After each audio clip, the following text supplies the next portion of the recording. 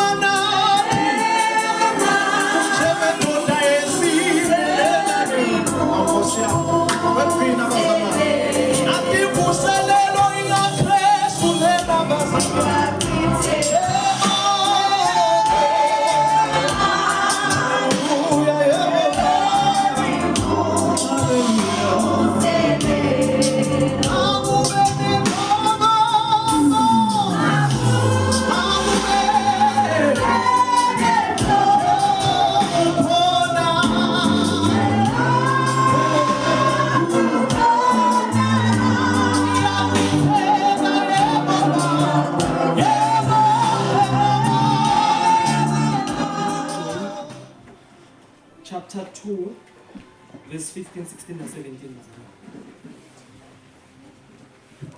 Ingalithanzi live netimpo letiseveni. Nangabe umuntu athanza live, uthando lwababi alukho kuye. Ngobe konke lokuseveni kuyinkanuko yenyama, inkanuko yemehlo, nekutigabathisa lokulide ngetinsiza kulo mhlaba. Konke lokhu akuveli kubabi, kodwa kwelive. Live liyendlula netinkanuko tayo. Kodwa lowo lowenta inthambo yaNkulunkulu uyawuphila kuze kube phakade. Amen. Ngilobazalwane umthandazo wami nje kulamalanga. Uthando lwaNkulunkulu. Amen. Bazalwane ngidlulisa umfakazi bami ngafishane. Ngimuthe bazalwane but ngidawuzama ukuthi ngibe mfishane. Ngibambe isikhathi bazalwane ukuthi bami ngingabheka ukufisha bazalwane. Amen. Ngento nomuhla ke bazalwane ngalenye ilanga. Ngimphanda kakhulu bazalwane ngiyamthanda Jesu. Yena yedwa bazalwane. Lengingambhicina lutho. Njengalo kafundzela umphana wami lana bazalwane. Uthando lwaNkulunkulu likhona kulamalanga. Inkosi usayosisa. Ngicela kungathabuki kakhulu bazalwane ngicela ukumvusela ngifike kabaleni. Boma ke siyatanda ikho bazalwane base inkonzo ngengesheya. Bathi ngicela uvusela boma ke labakhona. Hallelujah. Egumeni likaJesu. Ngilokuhle bazalwane ukuthi na ungakaphumeleli ke inkonzo likabomaki. But ube khona la ngasekhaya. Siyabonga lokubazalwane. Ngivusele abantu abasha egameni likaJesu. Ngivusele i-children ministry egameni likaJesu. Njengalokushido bazalwane ngitohola luhlelo ke lamuhla bazalwane njengalokushido ngakasimelana isibongo semalanga sathi ke khamba hamba bazalwane nani ngiyabona nje bazalwane sengikhula khulile bazalwane kulokhula kwami bazalwane into awumangala nangimtshela ukuthi mina ngingi-anti wababa esimelane mzwandile. Just imagine bazalwane ngingi-anti wababa esimelane ngiyabona ukuthi sengikhulile anti wababa sengikhulile bazalwane sengingi-anti wacebo nabona cebo ukuthi unganani sengikhulile bazalwane akusho mina kuyadisho mina sengingi-anti wababi sengingizala bazalwane ngicela kuyathabuki kakhulu bazalwane but njenga-one bazalwane sabe sesiphumile sekungamane kube ngilabata wenta lokuthile labantu abambelele but mina ngingabe ngicethile inzima yangakama uthi mfundisi sinakekelwe ngalenye ilanga babuya etinkonzweni emhlosheni uthi mfundisi baye bathina sibuye etinkonzweni bese lesikufundzele kusalala emfuleni emkhonto wathi sinakekelwe asikaphumi ngakhona siphume ngalenye indlela lokushothi ke mfundisi nyana ngento okucela ubufakazi busesekhona ngoba abaphumanga ngasemkhonto lokho labakuthola emhlosheni solo basenawo kude lokuthethe bazalwane ngoba abaphumanga ngasemkhonto ufakazi bazalwane basenawo ngidawucela kulesikhathi bazalwane labane ubufakazi Nabo babe bazalwane ngicabanga ukuthi bona-ke kwabo kusesefresh kakhulu. Basanza kubuye emhlosheni bazalwane. Sesefresh kakhulu kwabo. Ngingawucela abanebufakazi bazalwane. Iwolawa zithathele amandla kaJehova sesithi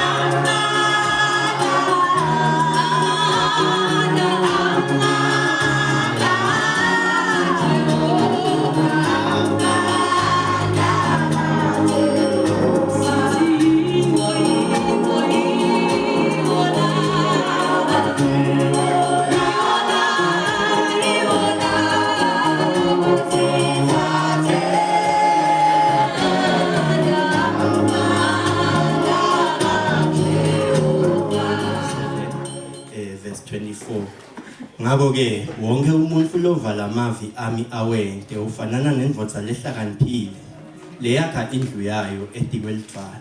Ngicela ukushiya lapho inkosi ebusise bazalwane. Nabanye kwasala bazalwane. Bathi nje sibona ukuthi kukhona nabakhona kwewela na. Ngekuphuthuma ke bazalwane ngicela lo tasithathisa umnikelo. Phamani bazalwane bakaKristu hey vuka nini sekusile bo phamani ke phamani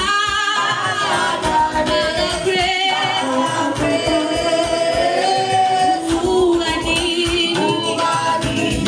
nini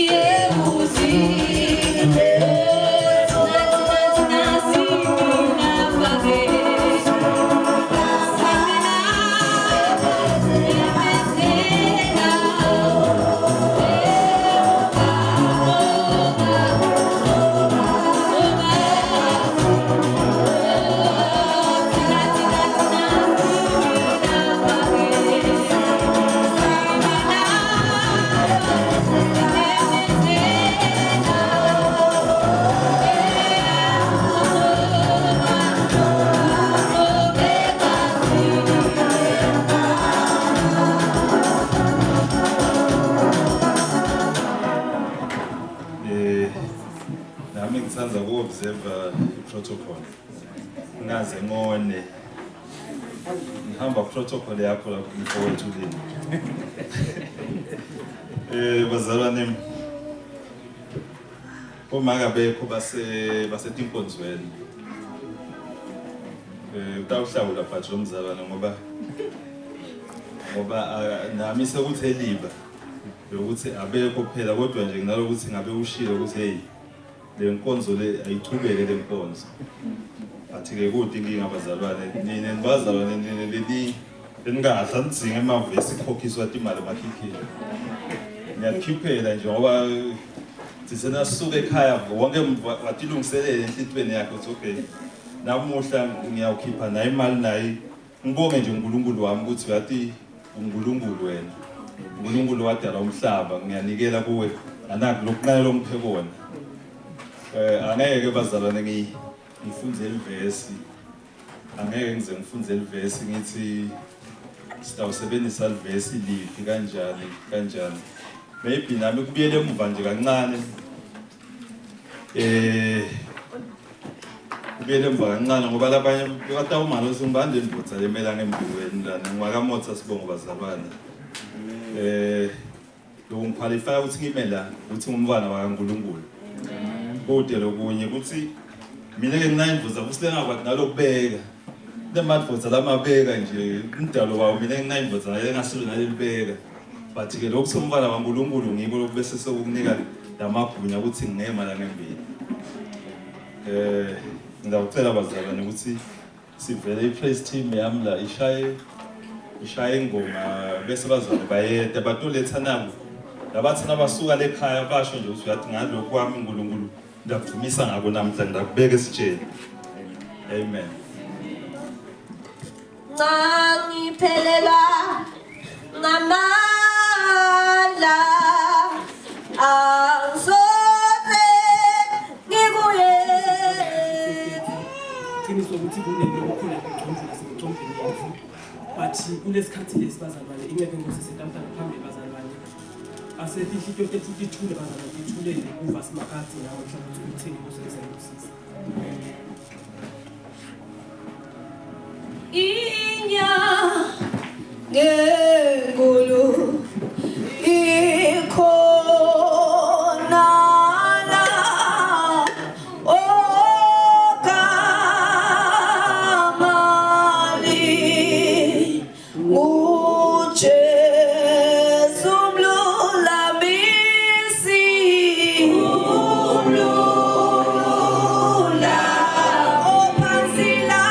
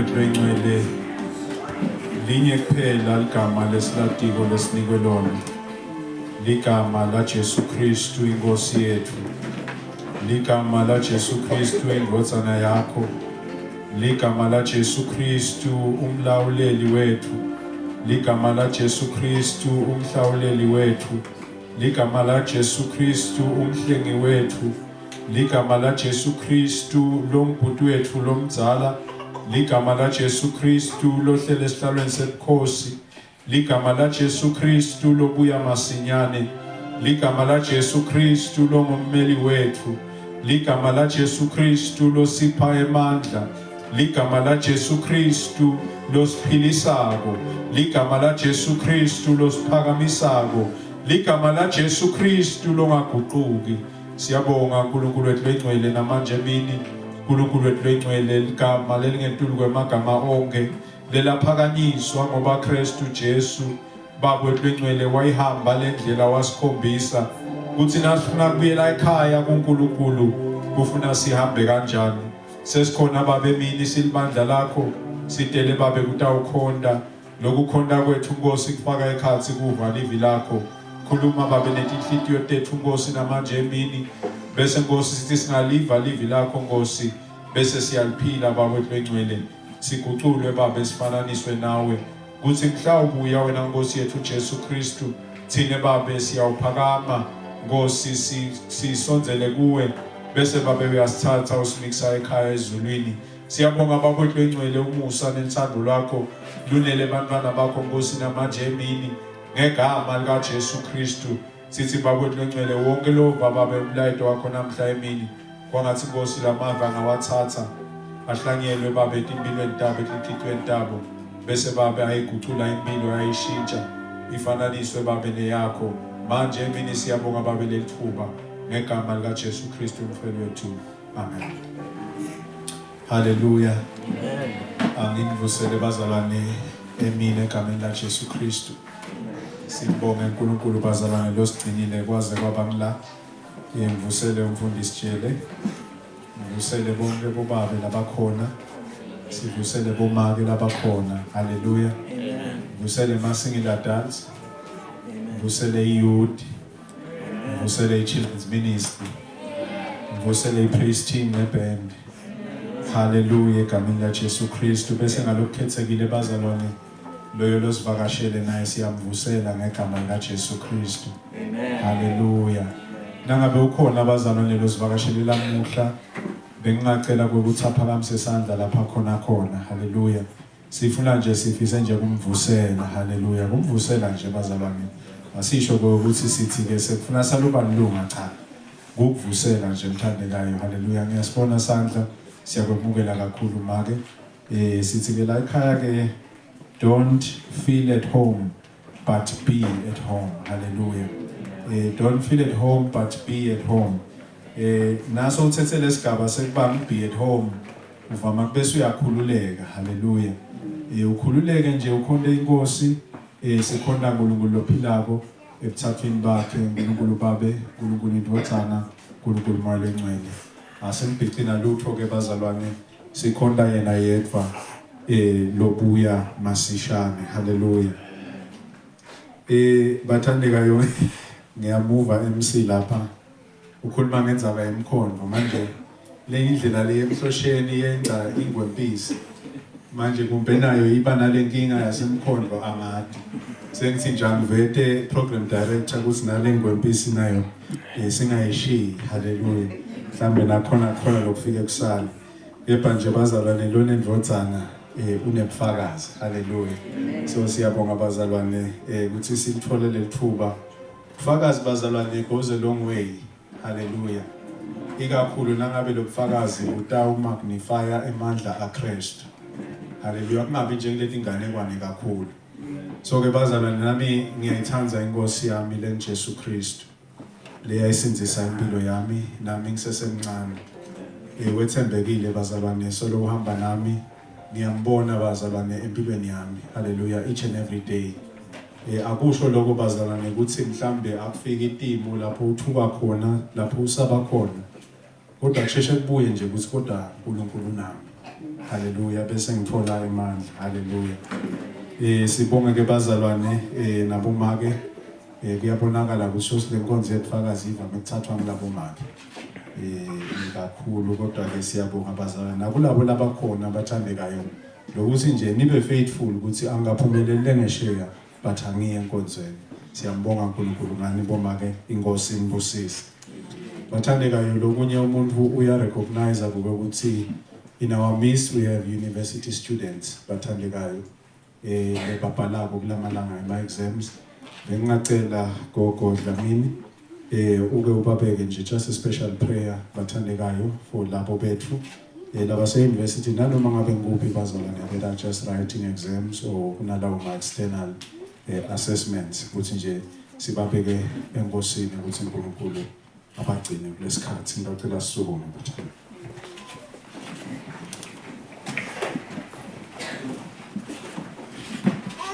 Siyabonga bakwethu loyingcwele, siyabonga nelimandla onke, siyabonga wena longazange Nkosi wasikhohlwa imihla ngemihla Nkosi usibhekile babotho othandzekako sibantwana bakho Nkosi laba belothandzekako unayo indlu yakho.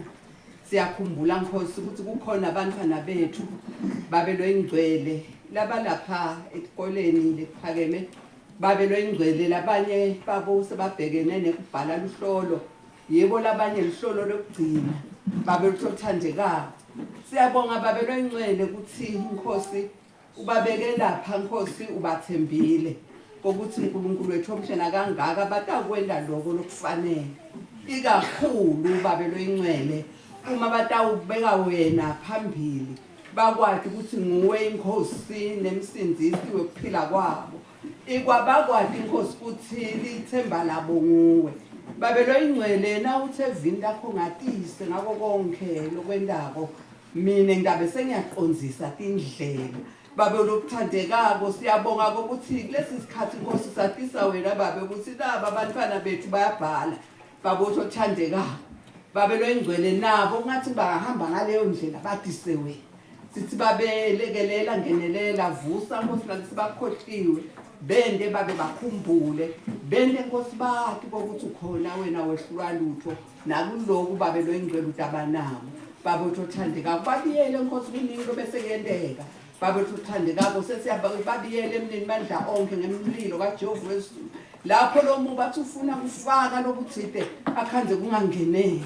Siyabonga babothwe ingcwele labanye uva sebavaleke amehlo phathwa inhloko lengapheli. Siyathandaza egameni kaJesu Kristu waseNazaretha akungabikho ngisho omunye babelo ingcwele lotawuphazamiseka babotho othandekako noma ngabe ngani labanye Nkosi bakuveleka inkinga nasemakhaya wena mnini mandla onke siyakuncenga siyacela dwala lethu ngenelela basibhale bane kukhululeka babotho othandekako siyakwethemba babotho nomusa kangaka siyathi ukuthi uyayizwa imikhuleko yethu egameni likaJesu Kristu, amen.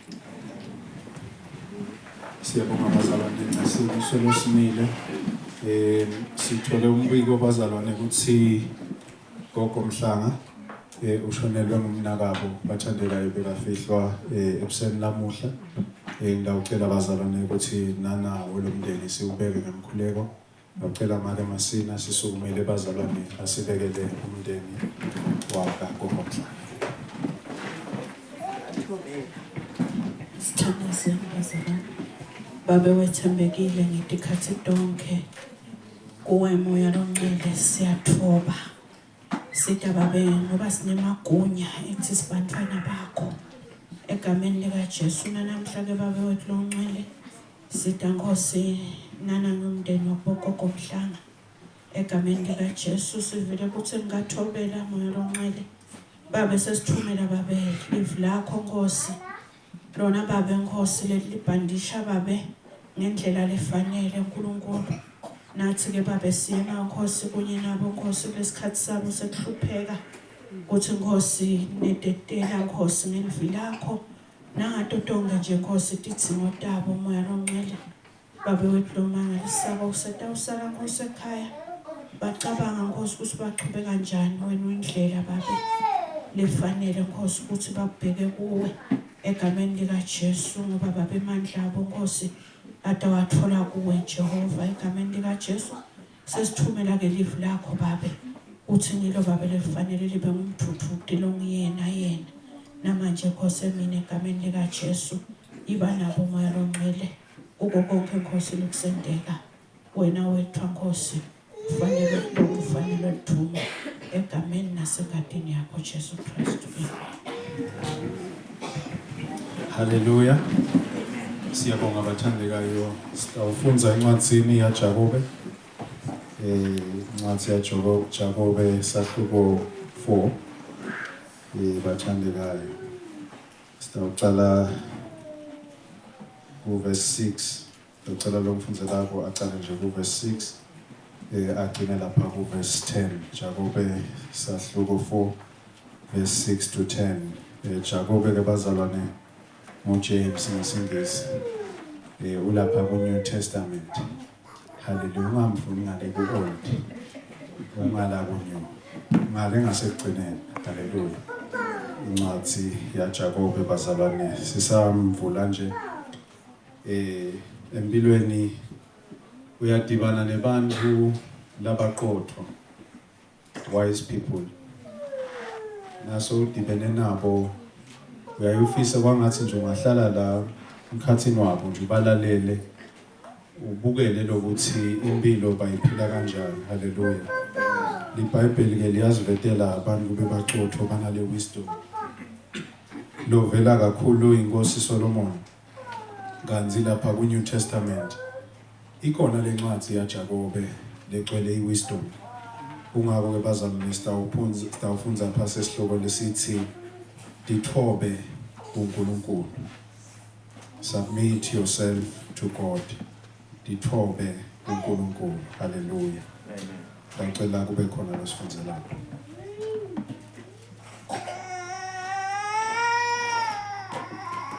Jakobe 4 verse 6 to 10.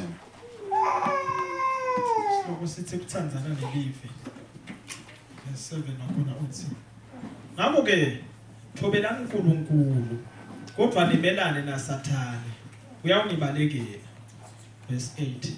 Sonzelani kuNkulunkulu naye utawusonzela kini.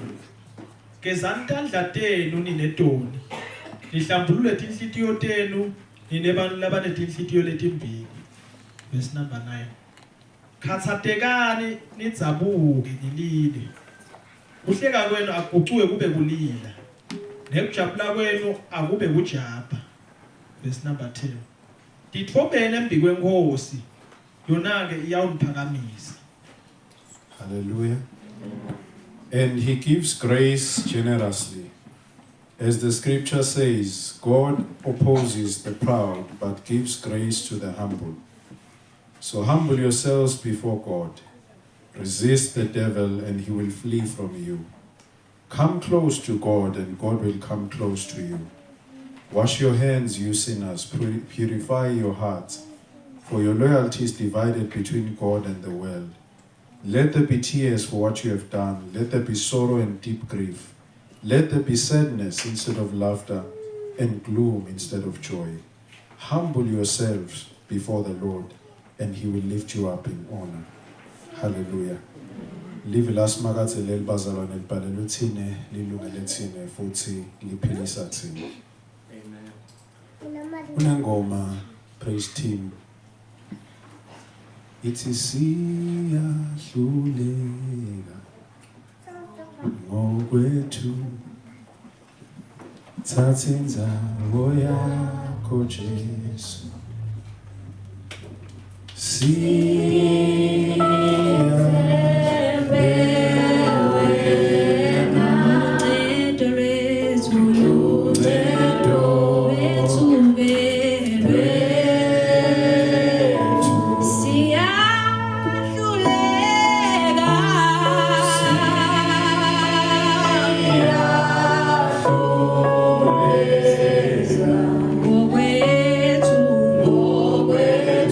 Touching down.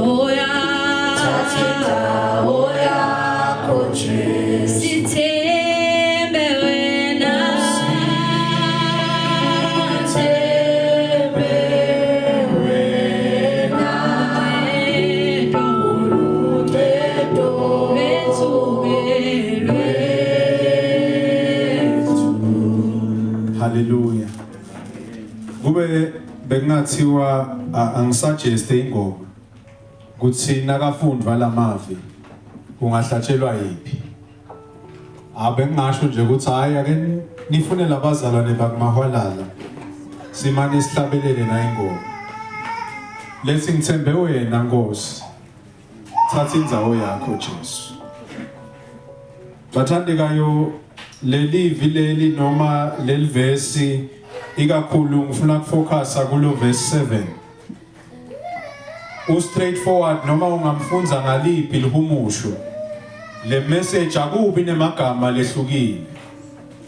Athi nje wena lekufuna ukwende ukuthi uthobele uNkulunkulu. Ubalekele Sathane yena utawubaleka. Noma umelane na Sathane yena utawubaleka. Bathandekayo lapha nawunaka lamavi sithe these are words of wisdom. Athi wena by your own doing wena ngekuzikhethela kwakho submit yourself to God. Flee the devil. Bese lithi kuba nemphumela lothi yena utakubalekela. But this is a personal choice. It's a personal decision. Lekufuna ukuthi iqhamuke kuwe utimisele ukuthi lokhu ngifuna ukukwenda. Sathane utakubalekela. Eminyakeni lapho khona abazalwane sithi sifuna ukukhula enkosini. Siyawadzinga emavi lafana nalawa. Lasikhuthaza ukuthi thina kwethu ngokuthi sithobele kuNkulunkulu noma sitinikele kuNkulunkulu ngalokuphelele bese simelana nesitha sitasibalekela. Lapha bazalwane ngithe lena incwadi it's words of wisdom ngalamafishane bazalwane iOld Testament ina Proverbs bese iNew Testament ina lencwadi ya James. Now it is considered a wisdom book. Ngoba na uyifunza uyinaka ikhuluma ngento yinye nje ukuthi kukholwa kwakho kutawubonakala ngetendo takho. Kukholwa kwakho kutawubonakala ngetendo takho. Kungako Jacob nakacala lana abhala uthi count it all joy when you face challenges. Because it is through your response, it is through your perseverance lokubuma ekholweni ngisho Timothy vela lokutawuqinisa ukukholwa kwakho. Bathandekayo siyaye sithi kukholwa is like a muscle. Kukholwa kufana nemuscle, the more ukusebenzisa the more uqina, the more le Timothy vela the more wena uma ekholweni lokukholwa kwakho kutawubonakala ngale msebenzi yakho. Kutawubonakala ngoba utimikele kuNkulunkulu ngalokuphelele. When you submit yourself to God. Hallelujah. Lokusubmita ke bazalwane kusho ukuthi you totally let go. Now sikimi nje submit kuvela leligama lelithi submerge. Lokusho ukuthi when you submit uthi ngidibeka completely etandleni takho Nkosi. Yebo, you have given me the power and the opportunity to make choices in my life, but ngithi Nkosi ngicela kukwenda lama choices ami ngikuwe. That is why leligama lelithi submit kuvela leligama lelithi in Christ. When you are in Christ, when you've accepted Christ, then you submit. Kusho ukuthi uthi Nkosi ake uthathe majokwe alempilo yami. Ngiyayibekise ngemoto. Uthi most of the time lokwendekako sithi nasimukela Kristu. Bese sithi Kristu maye ngiyabonga ukuthi ukhona empilweni yami. Bese sithi kodwa ke Kristu le moto beyishayelwa ngimi le. Ngicela wena uhlale nje la passenger seat sike sichubeke nalempilo. Bese le Timothy thina nathi vela sengikhani ngikhala ukuthi Kristu ngicela ukuyishayela. Sithi singayivika le ngoti bese uthi hayi Kristu ubuyele endzaweni yakho. ngoba lenqola ishayelwa mina. No. When you submit your life to God, you are saying, God, take the steering wheel. Mina kwami kuhlala la celeni ngawuva ngawe ukuthi uthi nyalo sibhekele. Lempilo yakho ishayelwe ngeKristu, iholwe ngeKristu. Ngoba nguye lo watiko ukuthi kufuna uhambe kuphi. Nguye lo watiko ukuthi le destination lempilo yakho ibekelwe ukuthi ihambe la. Kuze itawuletha lithumo kuNkulunkulu. Lolo bhalako bazalwane nguJakobe. It is interesting how he introduces himself. Uthi James 1 verse 1 ngalesingisi, a servant of God and of the Lord Jesus Christ. But lesingatholi ukuthi lona bekumbhuti waJesu. Umuntu lo wakhula naKristu endlini. Umuntu lo wambona Kristu impilo yakhe itransformeka ezakhula, getting ready for ministry. Jesu waqala kusebenza kubonakaliswa lemsebenzi yakhe sekale kubo 30. Lokusho ukuthi most of his life he spent ahlala nabo Jacob. Bayibona impilo yakhe. But when Jacob introduces himself, lokho ngathi ukushaya indiva. Uthi ngakhula naKristu. But he calls himself a servant of the Lord Jesus Christ. Uyayibona ukuthi le posture yakhe, le attitude yakhe ithi nyalo ngisisebenzi senkosi lephakanyisiwe. Ihleli ngesekudla sababa. Ibheke ukuthi mina njengoba ngiphila emhlabeni kukhona lekufuna ngikwente. Kukhona umsebenzi lekufuna ngiwente. Jacob bazalwane lithi le history labo labadadisha umlandvo. He spent 20 years ahola libandla eJerusalem. Nakakhuluma lapha ngefaith, ukhuluma ngefaith in action. Kuthi lokukholwa kwethu akubonakale ngale mpilo yethu ngale tento tethu. Uhola at a time where there was opposition. A time where the church was under attack, an attack. A time lapho kona ubulawele kuthi uyakholwa. Emabandla bazalwane basakadeke yonke lendzawo bazama ukukhonta Kristu kodwa kunale opposition. Uthi yena count it all joy when you face challenges. Why? Because you understand ukuthi now tinikele kuKristu ngalokuphelele yena utakulwela. Yena utakupha amandla. Yena utakupha lenhlakanipho to know how to respond to all the circumstances lavelako kuwo. But lokho ngeke ukwende ngenhlakanipha kwakho. Ngeke ukwende ngemandla akho. Utakwenda nangabe utinikele kuNkulunkulu. Uthi ke lapha nginaka kunala magama lapha kulo verse 7 la sifunze khona. Icala lamanye mahumusho acala ngaleli gama lelithi therefore. Ngakho ke manje wabona leli gama lelithi ngakho ke kusho ukuthi kufuna ubuyele emuva. Uyobuka ukuthi kuthiweni la ngetulu. There was a problem. Le problem ithi kunalabazalwane lencwadi ithi ibhalelwe bazalwane. But labazalwane lokclear ngokuthi noma bayimukele inkosi Jesu Kristu kodwa lokuphila kwabo akhombisi ukuthi babantwana bakaNkulunkulu.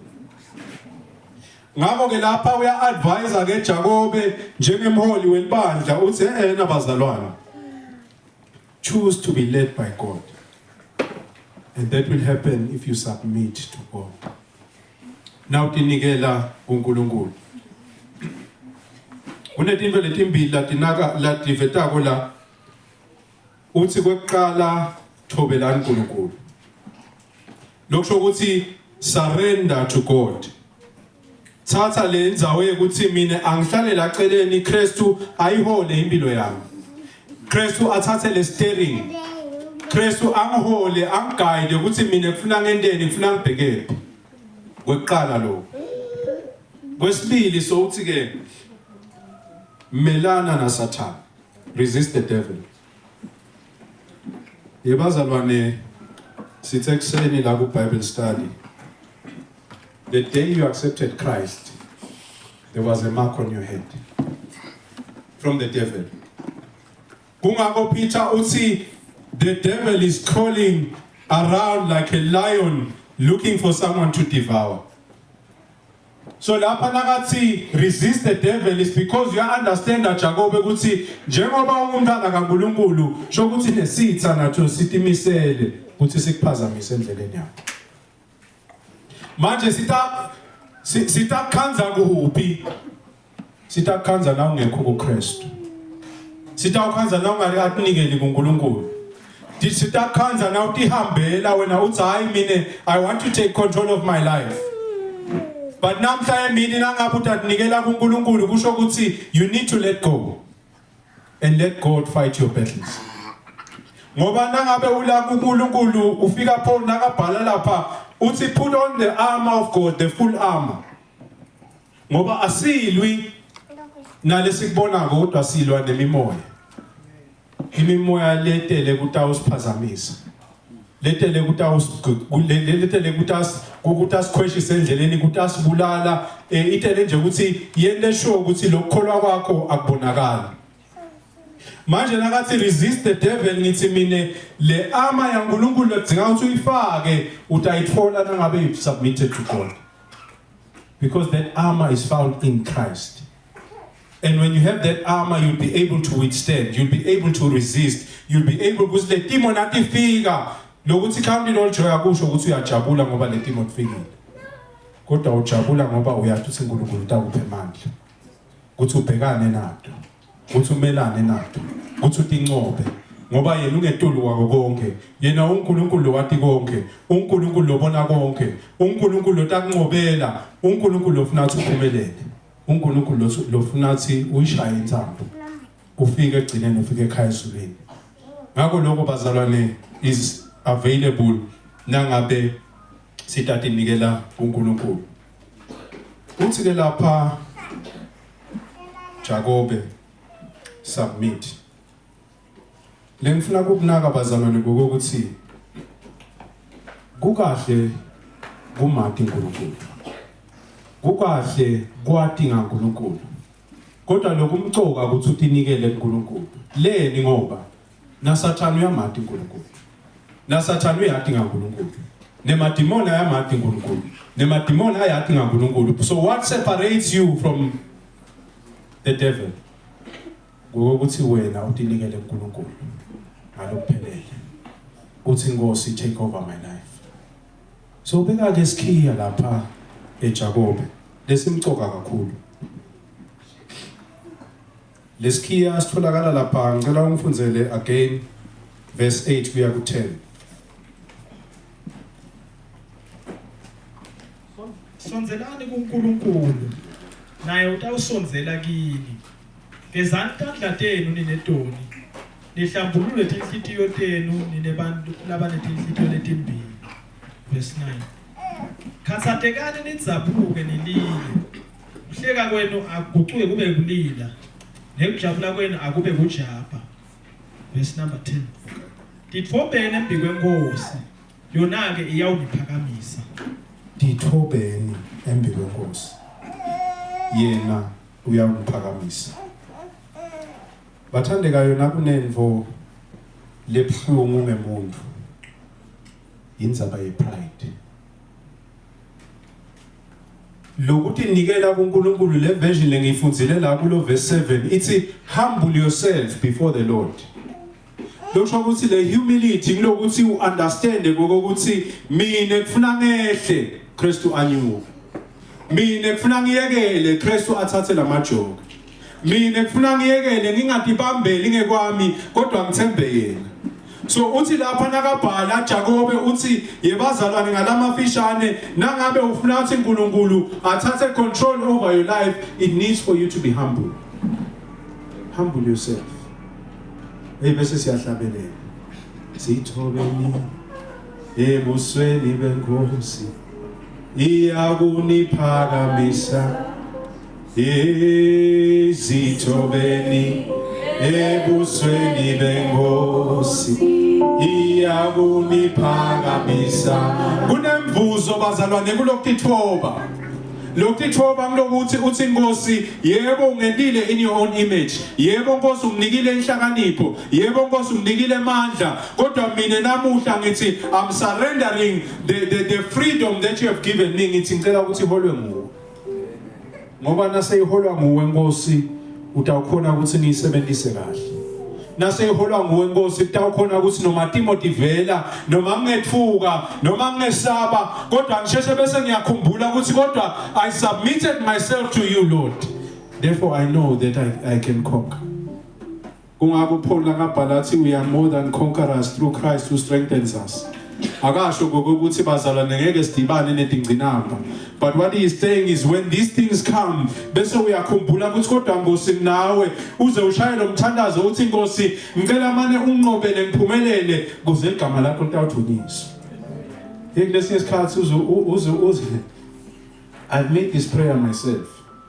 ngithi Nkosi ngicela ukuthi ungiphumelelise la because if you don't ngenteka abantu badawuthe lokukholwa kwami ngithi kodwa Nkosi kulesimo ngicela ukuthi kubonakale wena bathi nababuta ukuthi kodwa uphunyule njani lana kuvele kuthiwe no it can only be God and that will happen if you submit to the Lord if you submit your life to God and that will happen if you humble yourself lithi ke live yena utabe usuyaphakamisa kodwa kakhulu bazalwane nguthandzako lapha kulo Jakobe 4 verse 7 lithi the devil will flee hallelujah lokusho ukuthi bazalwane nangabe utinikele kuNkulunkulu nangabe uNkulunkulu abona uresista the devil lithi the devil will flee and nginakale igama lelithi flee alisho ukuthi the devil will disappear alithi the devil will no longer be there but lithi nje lo devil utabathi uyasonzela kuwe abathi uyakuzama khanze ukuthi hayi man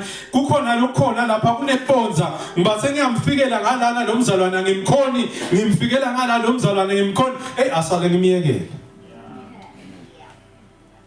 because unaNkulunkulu futhi umethembile lo Nkulunkulu futhi unikele konke uNkulunkulu futhi ama decisions akhe abase ngathi lo Nkulunkulu lo mcabangelayo ngibathe ngimzama ngema theories angimkhoni ngibathe ngimzama ngema philosophy angimkhoni ngibathe ngimzama physically athi noma lesibhedlela lembhedzeni ngimbahlabelela athi inyameko likhona la okamani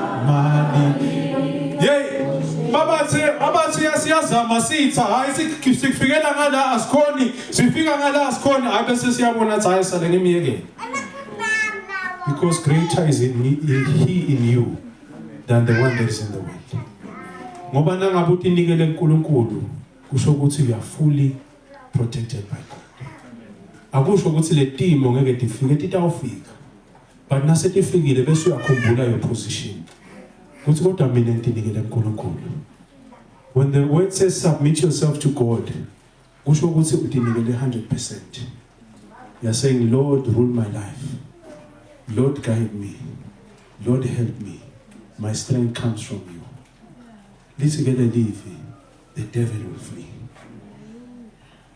he will flee man he will flee utawuzama kona yebo futhi utawuqhubeka solazama but uyathi ukuthi nangabe wena ubuKristu he has no chance because Christ is greater than the one who's in the world bathandekayo nasitawukhule enkosini kwethu ukuthi sihlale kuNkulunkulu kwethu ukuthi sinikele kuNkulunkulu and more than anything bazalwane nawufunza lencwadi yaJakobe it is a call to faith ukukholwa lokubonakala kungako bazalwane lapha kunaleli verse kuJakobe 2 verse 26 ngicela silifunze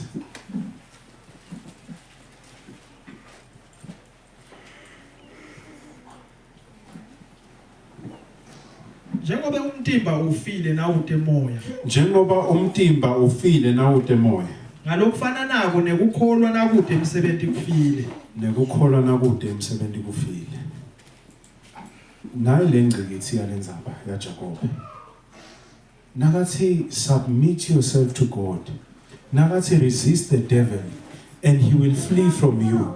Uthini Jakobe? Uthi lokukholwa kwakho kutawubonakala ngale tento takho. Lokukholwa kwakho kutawubonakala ngale reaction yakho. Lokukholwa kwakho in the midst of challenges. Nathi ifika le timo tikushaya. It is how you react and who you lean on that will determine your level of faith. Now submit yourself to God. Submit yourself to God.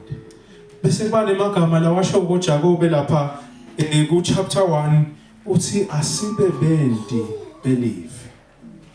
Asibe bendi believe. Lithi live submit yourself to God. Uthi ke lo mbuzo njengoba mina nawe singafuni lokunikela complete kuNkulunkulu. How are we going to survive? How is our faith going to be demonstrated? How is the devil supposed to flee from us? Nangabe ngathi sihlele eceleni nje sithi hayi Nkosi ake uyishayele nemoto nyalo I'm going through a rough time ake sothatha steering. Athi angakweta Christ bese hayi Christ salokuya ke kule passenger seat sale mchubeka. Ayisebenzi kanjalo. When you give your life to Christ, you are saying, Lord, take control of my life. And when the Lord takes control of your life, kusho ukuthi nguye lokholakho. Kusho ukuthi nguye lokuvikelakho. Kusho ukuthi nguye lokukhanselakho. Nguye lokukhombisa indlela. Nguye lokubamba ngesandla. Nguye lokuphumelelisako. Leni ngoba uthe yena utasinika umsidi moya lwengcile. Ukhona moya lwengcile bazalwane. Uhlala kithi uphila kithi. Ukhona moya lwengcile bazalwane. Uhlala kithi uphila kithi. Ukhona moya lwengcile bazalwane. Uhlala kithi uphila kithi. Asidingi kuyomfuna ingcile. Nasimukele nje Kristu. He is in us and he is within us and he is leading and guiding us. Kwethu ukuthi siyamlalela yena. Hambele iBhayibheli lithi ningamcishi moya. Lokho bazalwa nakusho ukuthi unemandla wena ecisha moya. What is saying is when moya speaks to you, are you listening or are you hardening your heart? Lithi lapha nakachubeka lapha kulo verse 8 walo chapter 4 bazalwane uthi purify your hearts you double-minded. Ngilenki ngabe ikhona. Uthi nasabhala Johana encwadzini ya Revelation abhalela ibandla laseLaodicea. Uthi angimtholi noma niyabanza noma niyashisa. Leli ngoba kunalenkinga yethu sibazalwane. We are double-minded. Sifuna kuphila emhlabeni, sifuna kuphila ezulwini. Uthi lapha Jakobe ekhetha abantwana nasekhaya when you submit your life to God kusho ukuthi you have taken ukuthi wena utawuphila ngestandards sasezulwini. Kodwa here is the secret. You need to live on earth. And when you live on earth kusho ukuthi wena kunemsebenzi lekufuna uwende kule mandate yaNkulunkulu ukuthi kufuna kuhanjiswe live lakhe shunyayelwe abantu. Ngakho ilamandla ekukwenda lokho. Lokuthi uphilise as a kingdom citizen on this earth. Utawathola when you submit to God. Asinikele bazalwane kuNkulunkulu. Asinikele kuNkulunkulu. Sinikele ngalokuphelele. Sithi Nkosi ake uthathe impilo yami. Ake uhole impilo yami. Ake ungiphe amandla. Ake ungiphe inhlakanipho. Ngoba nanginale inhlakanipho levela kuwe. I'll be able to resist the devil and he will flee. Freedom is available to you. Deliverance is available to you. Kusinziswa is available to you. Kuphiliswa is available to you. But it is available nangabe utinikele ngalokuphelele kuNkulunkulu.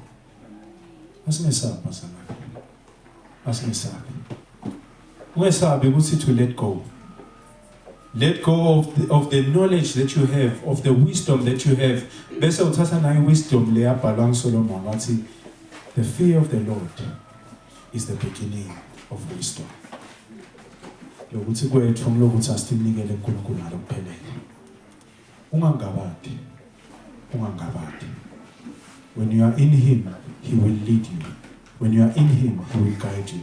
When you are in him, you will be protected. When you are in him, you will have the courage to resist the devil and he will flee. Sitha asinasabele empilweni yakho. Asinasabele empilweni yakho. Ukhona uNkulunkulu unemandla onke. grateful is for us to submit to Him. Submit your life to God. Resist the devil, and he will flee from you. Don't tell us so. Sit down.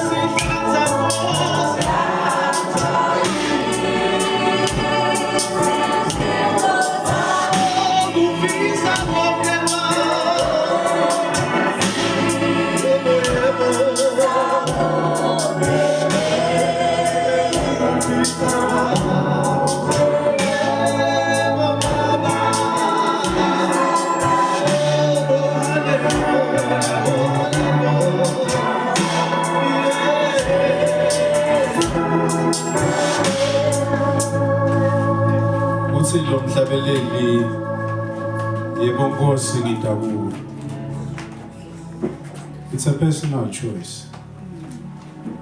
It's a personal choice. Agathi Jakobe nawufuna. Uthi nje kunale nkinga yokuthi sibazalwane sifuna kuphila emhlabeni sibe sibasezulwini. Meaning the standard sethu sekuphila must be that which is guided by God. And that the standard of righteousness.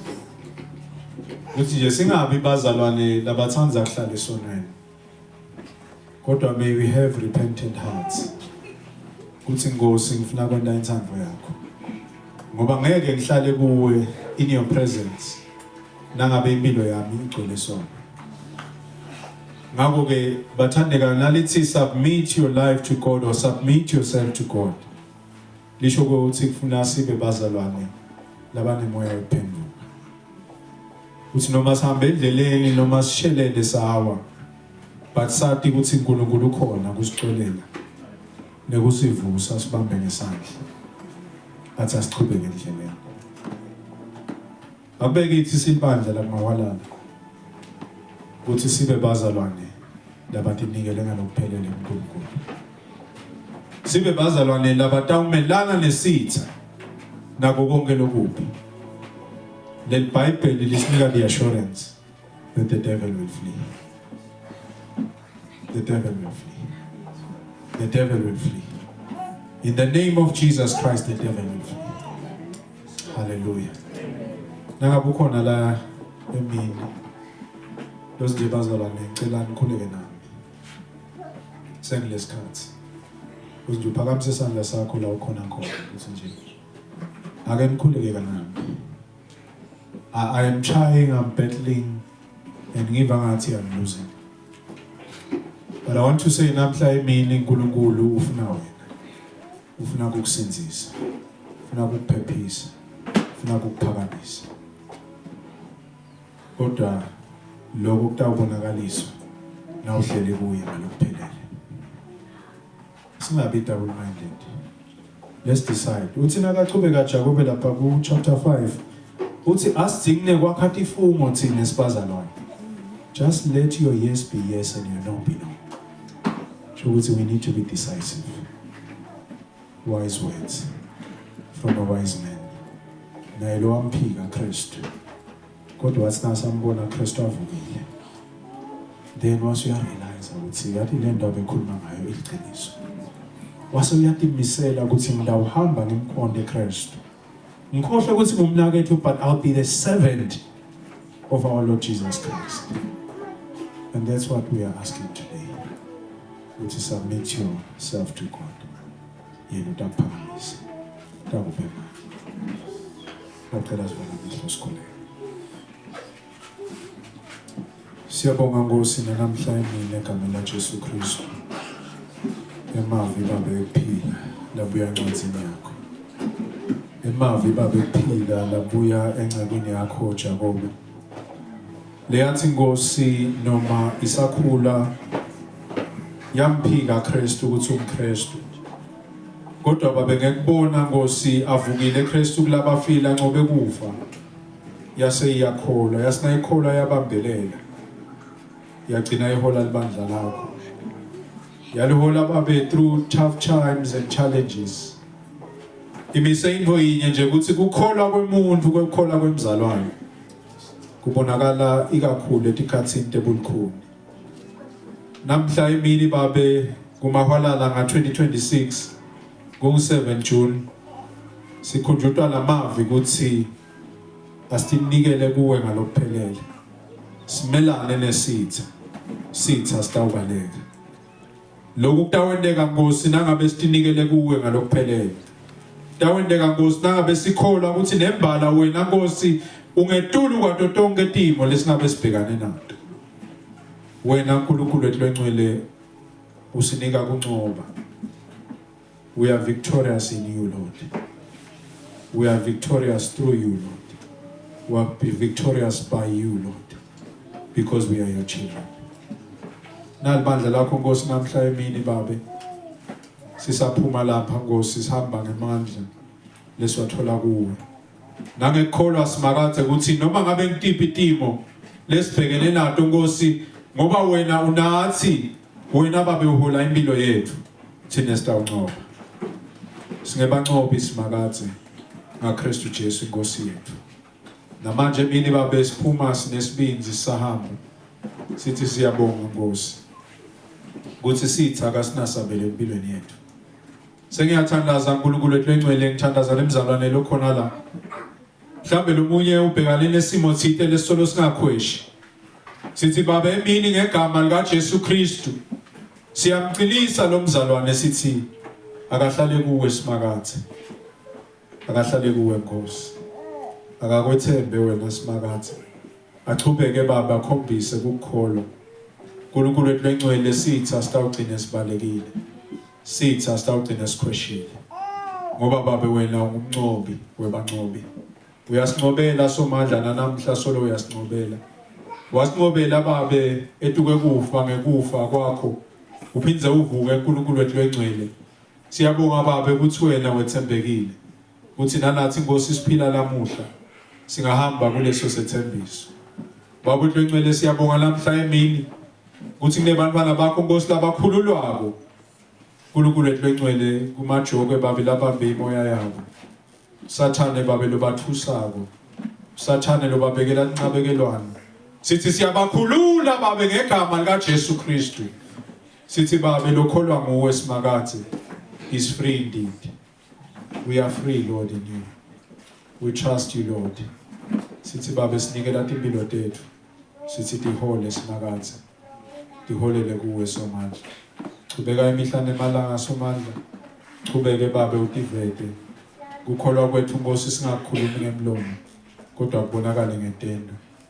Baba siyathandaza namhla emini ukuthi sibe bendi belivi. Livi lakho lelithi asinikele ngalokuphelele kuwe. Nalibandla lakumahwalala babili yatinikela ngalokuphelele kuwe. Sithi uNkulunkulu wethu engcwele siside sahambe endleleni kumelana nesitha. Baba wethu engcwele sitawu sesiyabaleka. Sithi babe ngegama lika Jesu Kristu side somandla Uthi sente baba umsebenzi losibekele ethi siwende kulenzawo ngalesikhathi. uNkulunkulu wethu engcwele sathi ukuthi wena unathi. Wena Nkosi ngeke ushiye. Namanje mina baba esithandaza kuphila. uNkulunkulu wethu engcwele ethi kwelibandla lakho. Nangabe khona babe longenela akaphatheki kahle emtimbeni. Sithi uNkulunkulu wethu engcwele mphilise ngegama likaJesu Kristu. Nangabe khona longenile baba akhathatekile emoyeni. Mphilise babe ngegama likaJesu Kristu. Nangabe khona longenile lapha endlini babe angathi Nkosi ukuthi impilo ibhekaphi. Sithi babe namhla emini ngegama likaJesu Kristu. Sithi babe kashiye etandleni takho. Wena Nkosi utamcondzisi. Namanje mina babe siyabonga. Umusa nethando lakho Nkosi lisanele manje mina. Sibonga babe ukuthi wena wethembekile. Siyadinikela kuwe simakathe emini. Siyamelana nesitha babe. Siyabonga Nkosi ukuthi ngawe sitawubaleka. Singebancobi ngawe Kristu Jesu Nkosi yethu. Siyabonga babe mina egameni likaJesu Kristu.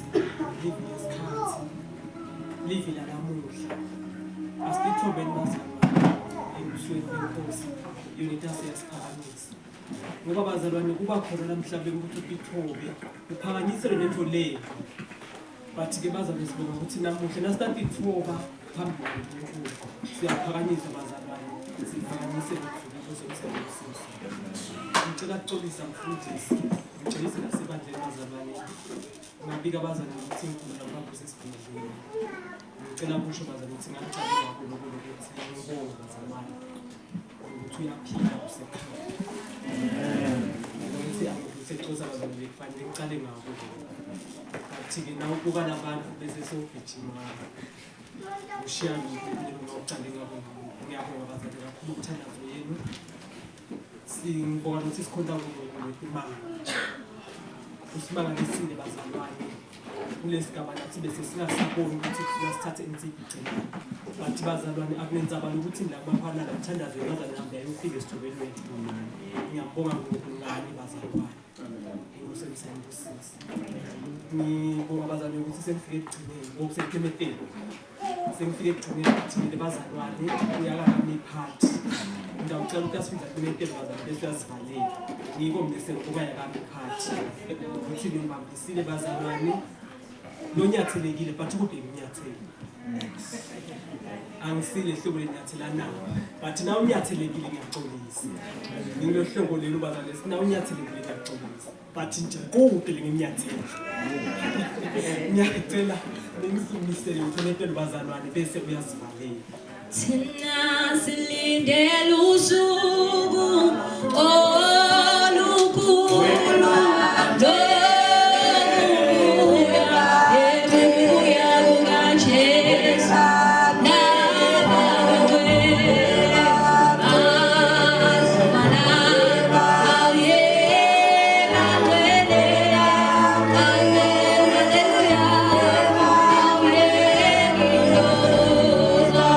Yo, Masana.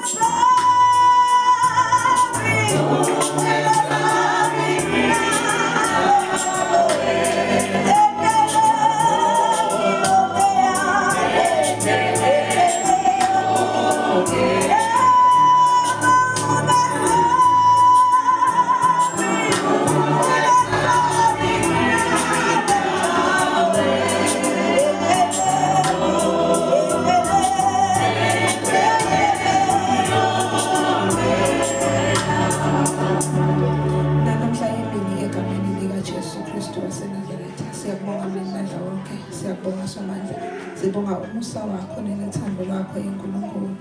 Futhi sibonga sihola sibe kule ndlu lena nanamuhla.